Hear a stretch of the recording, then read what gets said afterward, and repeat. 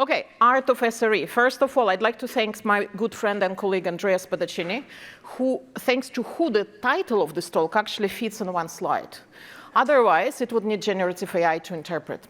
So thank you, Andrea. So why is art, and I will introduce myself in the further slide, why is art? So why is art and not science? Because SRE is known to be an engineering discipline, so it would be more related to a science. Let me give you a science task. Define SLIs for your service. Simple task, everyone knows what SLI is. If don't, there are books about it. You start by understanding what is SLI. If you don't already, you will go and instrument your code with whatever language you use.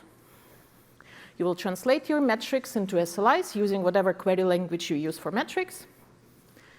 You will set up your SLI and your budget dashboards. And don't forget, you will document what you did, because we frequently forget.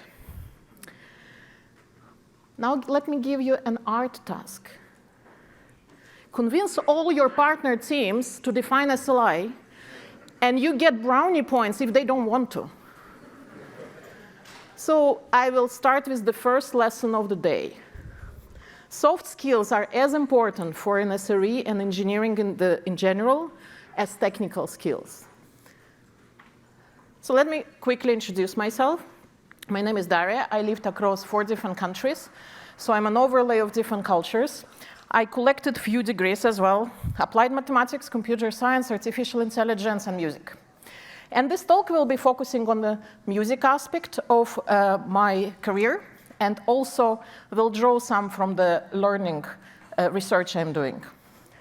I am principal SRE in Microsoft Azure in the observability group. How did I get here? Well, I started as a baby, as you can guess. Then I went to school, also pretty standard there.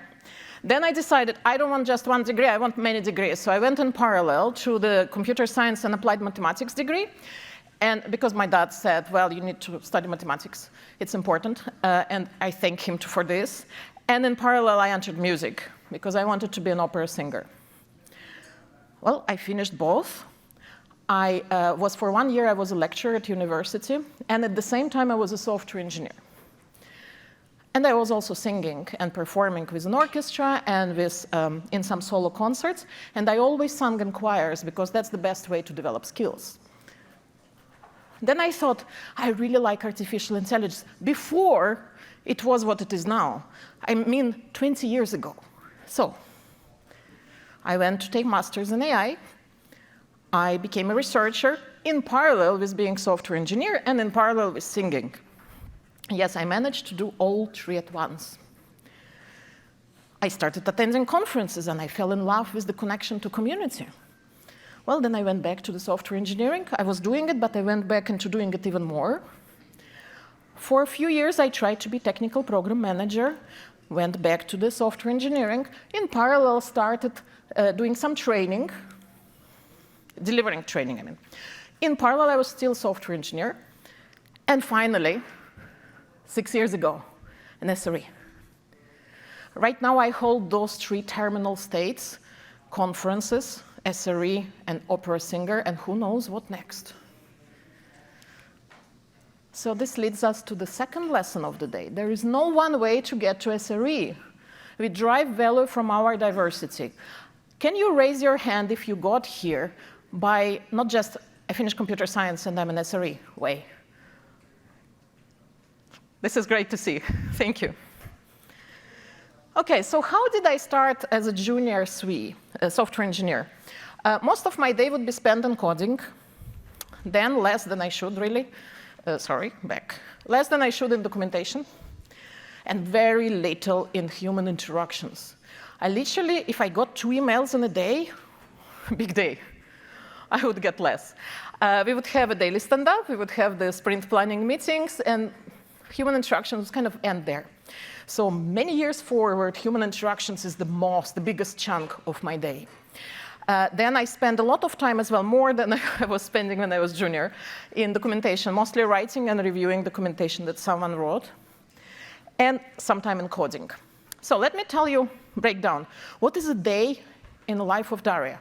of a principal SRE. This is just my personal day. Doesn't mean that every principal SRE does that, but that's my perspective of it. So I write integrations, I do automations, I do a ton of data analysis because, remember, master's in artificial intelligence, so I love data. It's my favorite playground to be. Do statistics, modeling, and build dashboards. I love building dashboards and making sense of data. Documentation. I write a ton. I actually need to thank Niall Murphy, who 6 years ago told me, Daria, write your ideas, because if you don't try it, nobody knows about them, and they'll just die there. Write them down, and people will know, and you will be able to drive diverse contributions to those ideas, and they will become a thing. I really thank Niall for that. I do incident retrospectives, architecture reviews, pre-mortems, risk threat models, vision strategy docs, and I contribute for semester planning. And finally, human interactions. A big chunk of my time is spent on doing all this, which is very ambiguous. I decouple complexity. I talk to different teams to understand what is the direction and align it.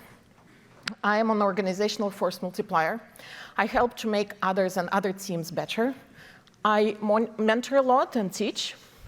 There is a big component of generating energy or generating calm in the moment of tension.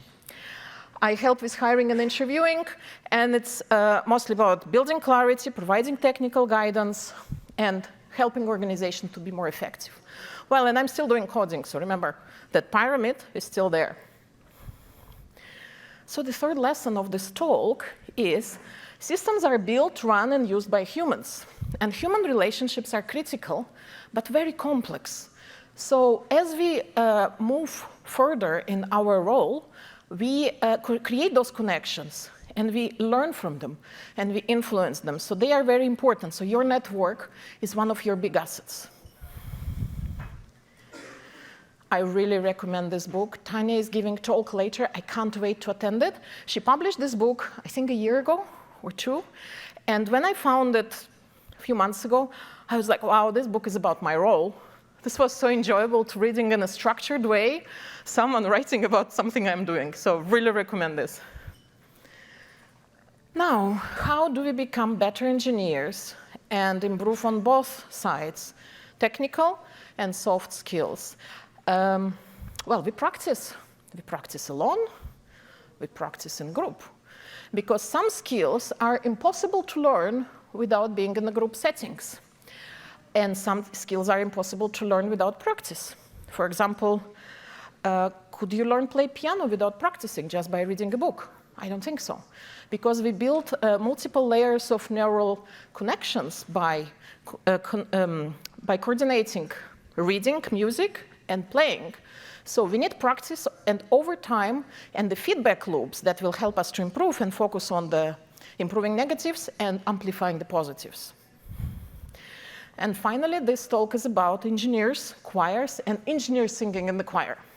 So you see the arrow there. I was just not sure you will see me in the picture. This is just the proof that I'm still singing in the choir today. Whatever country I lived in, first thing I do, I find the choir and I register. So, and if you are not singing in the choir, consider it. So, for those who don't know how choirs are set up and built, let me just, very quick introduction to the choir theory. Choir is a group of people who sings together. Choir have a conductor or director or maestro, whatever it's called. Usually it's 4 or more voices sung in harmony. First record of choral music dates to 2nd century BC. And the size of the choir varies. It could be as small as 6 people, and usually it's called chamber ensemble, to the biggest choir that was registered in the Guinness Book, which had 121,000 people. They managed to sing in harmony for entire 6 minutes. Now, my experience is not singing in that sizes of the choir. I usually in my experience, I sang in choirs from 50 people to 200 people. So as you see different voices there on the diagram, alto, tenor, bass, and soprano. So I sing the soprano section. So, just to explain you also the theory of acoustics, this is not a physics talk, but we need to understand the whole picture. So the sound travels in waves The volume of the sound is defined by the amplitude of the wave. Smaller, softer, wider, louder. The pitch of the sound is defined by the frequency of the wave. And the color or timbre, that unique characteristic that every voice or instrument have, is defined by the timbre. So the timbre, the curve that describes the timbre is very complex and unique. When multiple people sing in parallel, each one will produce the complex curve that will represent the sound. This final curve of all those people singing together will become one curve which will be even more complex. And the way we position people singing or playing together, the order will change the shape of this curve. And it can make it more pleasing to the ear or more terrible. So why does this matter? Clicker.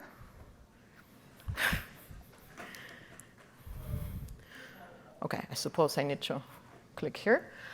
Pairing singers in a certain way changes the shape of the sound wave. The same way collaboration between people may generate greater or lesser impact than the sum of individual parts. It's very important. So let's look at how choir directors optimize choir performance by using this knowledge when they sit the choir together. So let's consider that we have a choir and singers have two timbres. Obviously, there is more than two. I'm just using this for this example. If we extrapolate to engineering, think about it as you have two teams, teams with the dark timbre and teams with the bright timbre. Dark timbre is a warm, mellow. It's like cello have a dark timbre, or bassoon. Bright timbre is more lively, vibrant. It's like a trumpet or piccolo. Piccolo is the half flute. So we have singers who can read music. So they would have a little score in front of them. And we have singers who are very junior to the choir. They don't know how to read music. Not all choirs are auditioned. I was lucky to sing in the auditioned choirs where everybody knows how to read music. But some choirs have singers, they're not auditioned. It's called this way. Singers may come and just say, I just love to sing. Can I be part of the choir? Yes, of course. So those singers may not know how to read music, but they will learn as they become part of the choir. So we have singers with the dark voice timbre, warm and mellow, singers with the bright one, bright and lively, and singers who can read music and who can't. And then we have some singers who have very powerful voice. So those are our force multipliers in the team.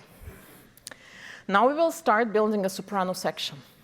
The back will have two singers with who know how to read music and will overlap with the junior singers.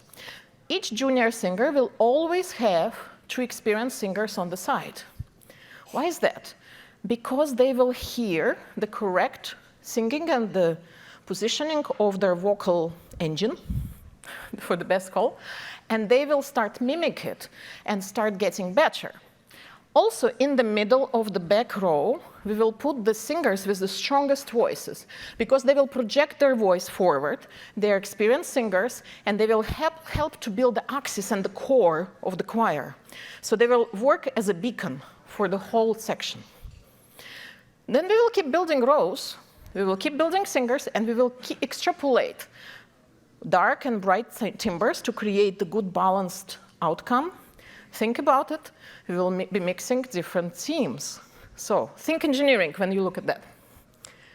And we will keep positioning more junior singers who can't read in between of the senior singers. And we will finally finish our section. So the two singers on the back will be projecting their voice, because when we speak or sing, the voice goes like this, assuming we don't have microphones. And they will create a core of the group. Then the side singers will create a structure, like a box, around it, which also they are experienced, they know how to read, and they have a mix of voices. So they will project for the outside, for the audience, the solid sound, but they will also project to inside of the section to help junior singers to keep the structure up. So the lesson number 5. Practicing skill in a group with the right level of expertise amplifies your learning. The choir singing is considered one of the best ways to start in learning singing. This happens because of the implicit learning. So implicit learning happens by observation. I am near someone, I'm seeing someone doing it right, and I start mimicking it, or I start unconsciously doing the same things. So it happens when you are surrounded by role models, or at least you know who is your role model, and you look how they are doing things you like, and it's like, oh, I want to be like that. I want to do those things. So how are they doing this? I will do the same. And by proximity, as you could see in the choir, just by positioning junior singers close to more senior singers would help junior singers to improve over time. But it takes time, it takes practice. You don't just rehearse once and you're done. Some things require you to build complex neural layers of expertise to develop that intuition. For example, when I started, so let me ask you, anyone in the room sings in the shower? Well, I said no, nobody will raise the hand, but it's a very common thing. Many people sing in the shower. I don't sing in the shower. When I was well, teenager, or even, I sang always. I sing since I remember myself. I would sing when I vacuum clean. So why is that? I later made an experiment, and apparently when we sing in the presence of the noise, we sing differently than when we sing in isolation. So when I'm speaking or singing alone, I'm hearing myself, and my vocal engine is behaving differently. When I would sing with the vacuum cleaner, I wouldn't hear myself so well. And I actually would sing freely, openly, and much better. How did I test it? I recorded myself singing normally, and then I put headphones with like a humming voice, and I would sing the same thing. And like two different people were singing. I was like, why does it happen? So when you are inexperienced, by doing this, you're eliminating these external constraints. You're hearing yourself and you're getting self-conscious. Over time, as you gain experience, you gain intuition and more control over your body. So singing becomes not this feedback loop you build yourself. You hear yourself and you try to change it in the real time. Singing becomes just a matter of how do you organize your muscles? How do you project your voice? How do you breathe? So you actually, in the choir, sometimes you don't hear yourself. You hear the whole group. And you just control your muscles in a way to sing correctly. So how do we learn? Learning is inevitable, and we deal with the complexity and ambiguity and overload of information every day. New technologies comes on board. There's so much information around us, and it's known that excess of information and inability to process it may cause the burnout. We've seen this, some descriptions of these examples in the yesterday talk. So really simplistic diagram. I love diagrams. How do we learn? Well, we get information through some channel. Then it goes to the working memory. Some of it goes to the long-term memory. Some of it is recycled. OK, very easy. So this information that enters is described as a cognitive load. And the cognitive load was defined by John Sweller, who said there is a limited number of information that we can hold in the working memory at once. Meaning that if you open your inbox in the morning and you are seeing 150 emails you need to process in the 5 minutes before your first meeting, you kind of have an information overload because you don't know what to focus on. And then we also have this magic number 7 that was defined by Miller. Miller said that there is a limit of blocks of information that we can hold in our brain at any moment of time. And this number is limited. So it's not exactly about 7. It's not a precise science. It's more about there is a limit of how many blocks of information we can hold in our memory. So think about it. The blocks of information can actually be different. Some of them can be simple, and some of them can be complex. As we learn more, the complexity of every block changes, and it becomes more complex. Think about the chess player. The chess player who never played, we explain them rules, they start playing. The only thing they can hold in their head is how figures move. That's as far as they can go, and they still check, like, remind me, how is that one moves? Okay, got it. Experienced players, they keep an entire schemas of the board set up in mind, and they know, and they almost intuitively choose the next move to optimize the outcome. So they still have the limited amount of blocks of information in their head. It's just each block is extremely complex. So let me just see. Okay, so think about it when you started developing applications. Whose first application was Hello World? Great. Over time, at the time you started, Hello World was just that one block. Today, you probably operate with the design patterns. You build the blocks of your application by combining very complex information. So you develop that skill by making each section more complex. So you still can hold only 7 or more or less. So there are 3 ways for you to optimize how you learn when all this information comes to you. So 3 ways. It's about complexity and reducing it. It's about the way information is presented to you, and about developing automations and informational schemas. So the complexity, for example, you need to develop a big component, and it's very complex. So you break that into epic, then user stories, then features, and if feature is more manageable, you can break it into tasks as well. For example, if you are dealing with a lot of randomization during your learning process, that would be an extraneous load. Sometimes it's about noise and anything that distracts you. But other times it could be you're on call, you're sitting in an outage bridge, you're trying to troubleshoot the new problem, meaning you're learning in the process. There is a cognitive load of information coming to you. But at the same time, people are constantly asking you questions like, well, did you look at that one? And you're like, I just can't focus. This is what extraneous load is about. You're distracted from the learning process. So some of the ways to deal with it is to agree with the incident commander that you will drop from the bridge, you will have deep focus on troubleshooting, and the incident commander will know when to pull you in when it's absolutely inevitable. Another way of the extraneous load is you are reviewing very poorly written documentation, and you're absolutely lost because things don't make sense. And that's also extraneous load because all this noise coming from unstructured information is really hard to process.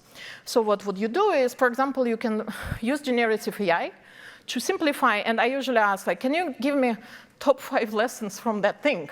And generative AI, yeah, here it is. It's like, okay, I don't need to read it all. Germane load is about creating automations and informational schemas to learn better. Think about it as if your incident retrospective is just a huge sheet of information, it's really hard to process.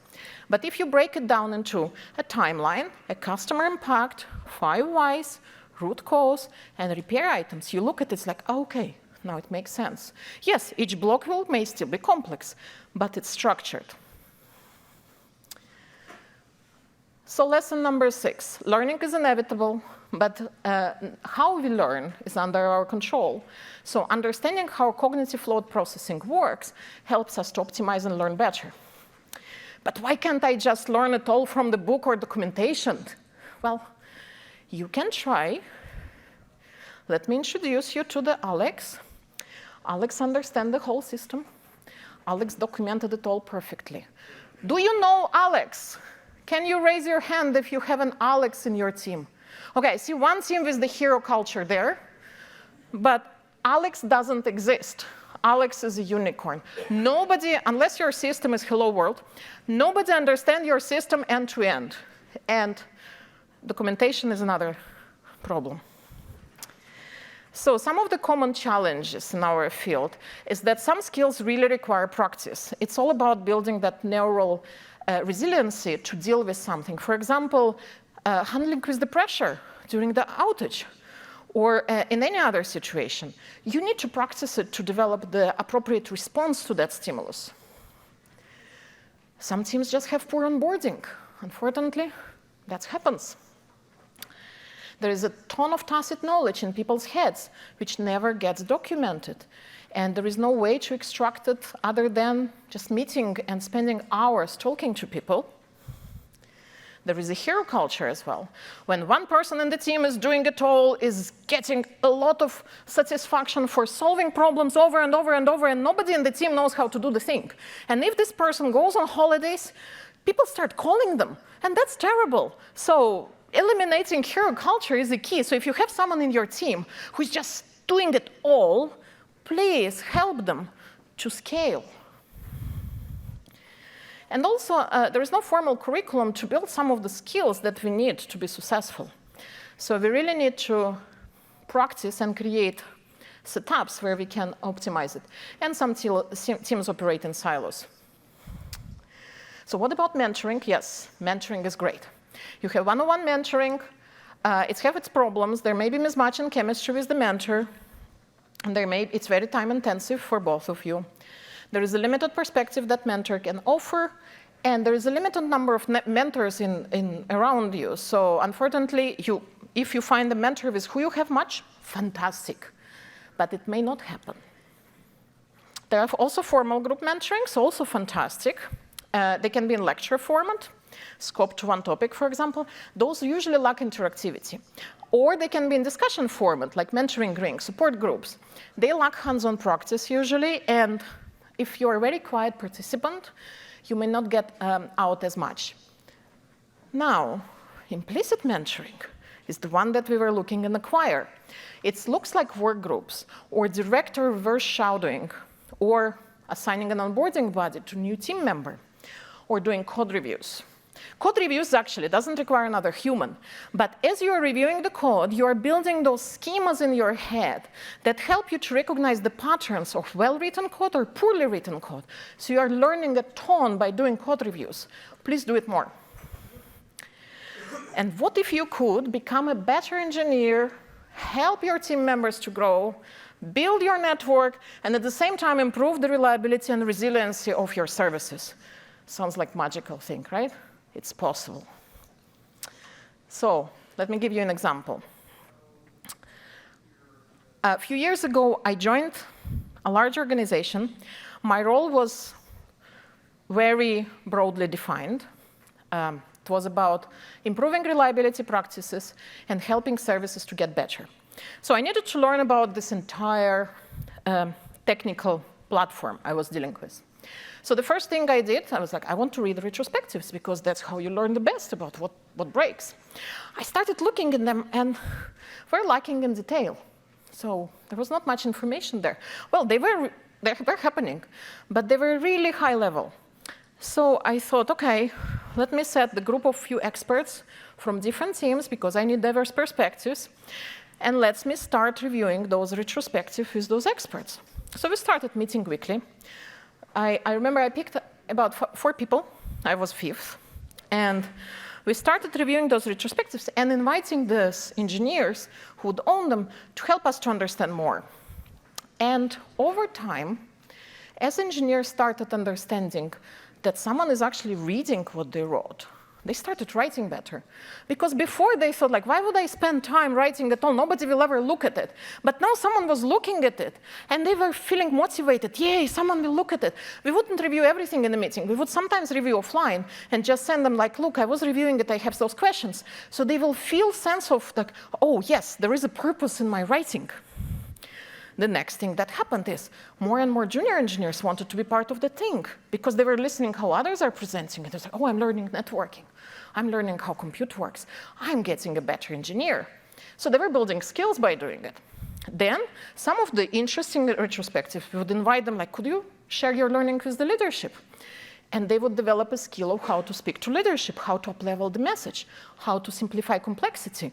So people started learning by being part of it, not just technical skills, but also learning the soft skills, learning how to articulate complex concepts, learning from other teams how they're solving problems. this effort eliminated silos, improved retrospective quality, and all team became more cohesive. So, actually, what we were doing, we're running a choir. If you think about the example, we have 3 teams, blue team, white team, and orange team. We have senior people in the team, and we have junior people in the team. And we have force multipliers. Then we are putting blocks, sections of practice groups. And we will mix people from different teams, from different seniority, and we will always add the force multiplier there, because someone needs to be a glue. If you've seen Tanya Riley talk from a few years ago about being a glue, you need glue in your team. Glue is essential. So, for example, one group will focus on incident retrospectives.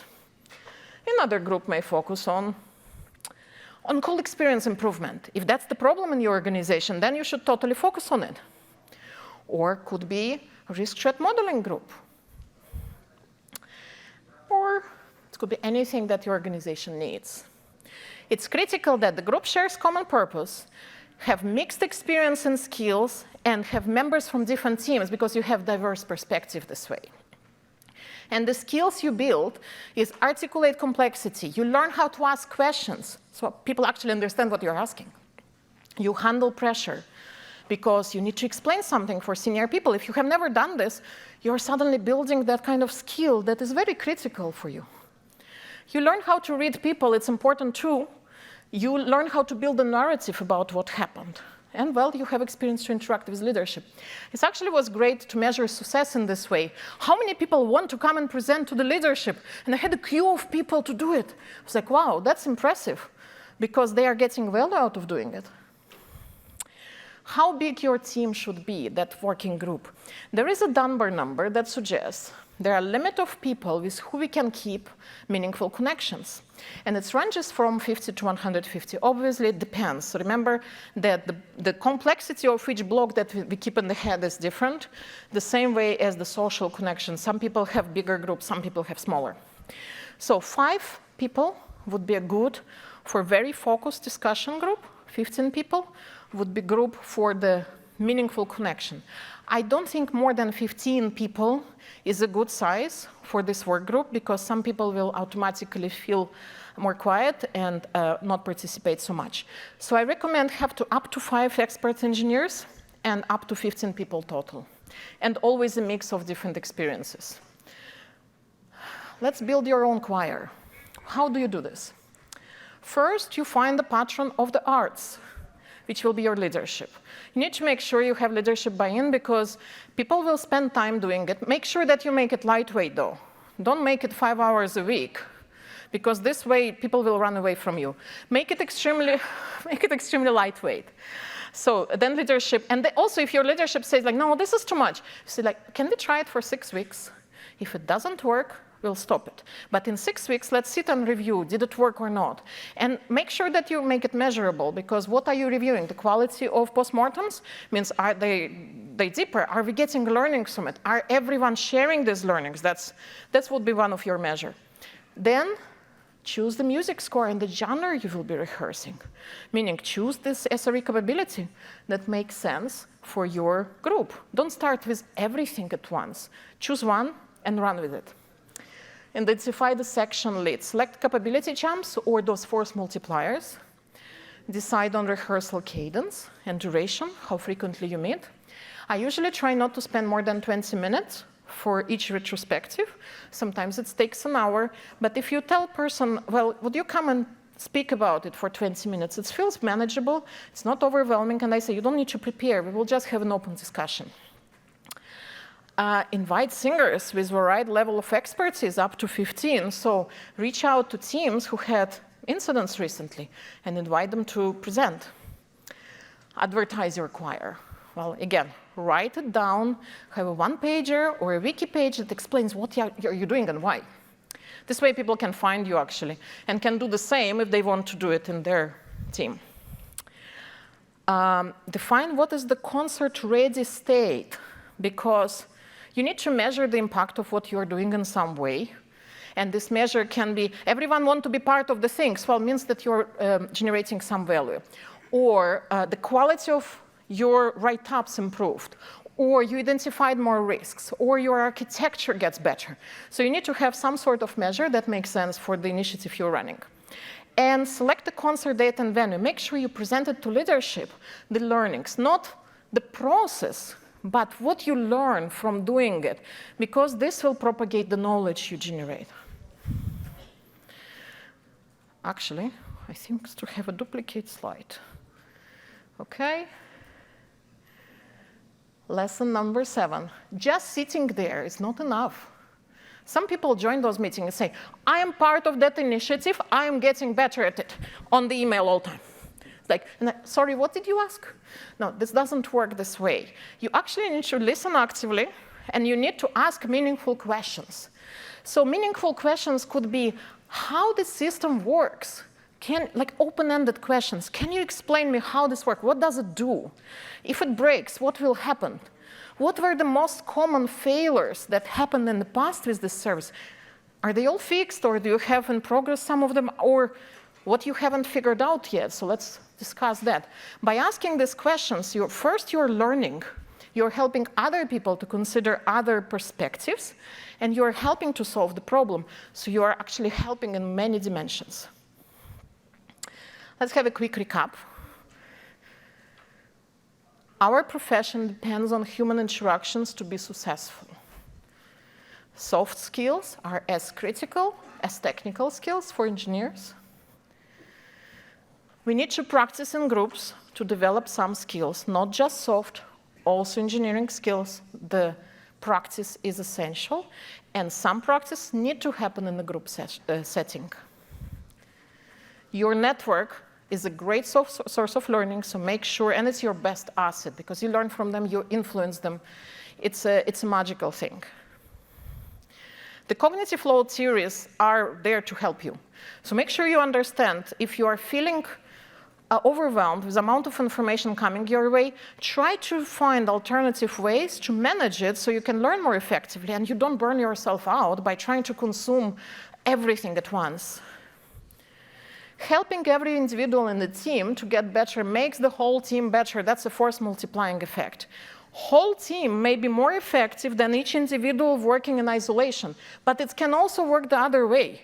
Because as you've seen on the yesterday talk, the keynote session, if the environment is toxic, all team can be less impactful than each individual. So make sure the environment is well defined. And lack of consensus and disconnected teams are extremely expensive for organization. So building those bridges is something that you can articulate to your leadership as critical to eliminate this disconnect and make it easier to drive the consensus. And I have lesson 7.1. Make mistakes, because those groups are perfect for you to make mistakes. Don't get quiet thinking like, well, maybe this question is wrong, I shouldn't be asking that. No, ask it. Ask it, because this will generate the feedback loop. And you can't learn without the feedback loop. Like a singer who is getting the feedback from their tutors or from their mentors, you will get feedback from the group and who will explain like, oh, this is how it works. No question is wrong. Maybe 10 people in the room have the same question and everyone is afraid to ask it. So make mistakes, even if question doesn't make sense. It may make sense. It actually, most of the time I've seen, it always makes sense. Thank you. And I'm open to questions.